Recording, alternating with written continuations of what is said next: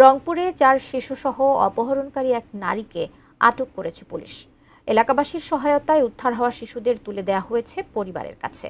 রংপুর থেকে মনিরুজ্জামানের ক্যামেরা ও শাহরিয়ার মিমের তথ্য ও ছবিতে ডেস্ক রিপোর্ট। শুক্রবার রাত ৯টার দিকে 4 শিশুসহ আদুরি নামের এক নারীকে সন্দেহজনকভাবে ঘোরাফেরা করতে দেখেন এলাকাবাসী। জিজ্ঞাসাবাদের পর সন্দেহ বাড়ে। পরে ওই নারীকে আটক করে রংপুর রেলওয়ে পুলিশের হাতে তুলে দেন তারা। পুলিশ ও স্থানীয়রা জানান, শুক্রবার ইফতারের পরে ময়নাকুটি হারাগাছ এলাকার একই গ্রামের 4 শিশুকে পান খাইয়ে অটোরিকশায় করে রেল স্টেশন পর্যন্ত নিয়ে আসে অপহরণকারী আদুরি। ব্রেকফাস্ট, টিফিন কিংবা স্ন্যাক টাইমে মজাদার আয়োজন মানে অল টাইম ব্রেড।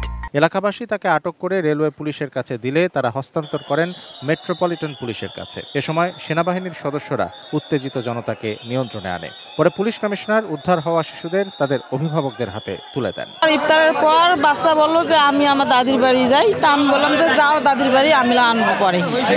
সেই পর থেকে আর বাচ্চা খোঁজাখুঁজি করি, বাচ্চা নাই। হাঁটার কথা বলতে নিয়ে ওদেরকে অটো তুলে নিয়ে চলে আসছে। ওদের কাছ থেকে শুনলাম যখন নাকি অটো তুলছে তখন খুব দ্রুত অটো চলছিল। আমরা একে ফ্যামিলির।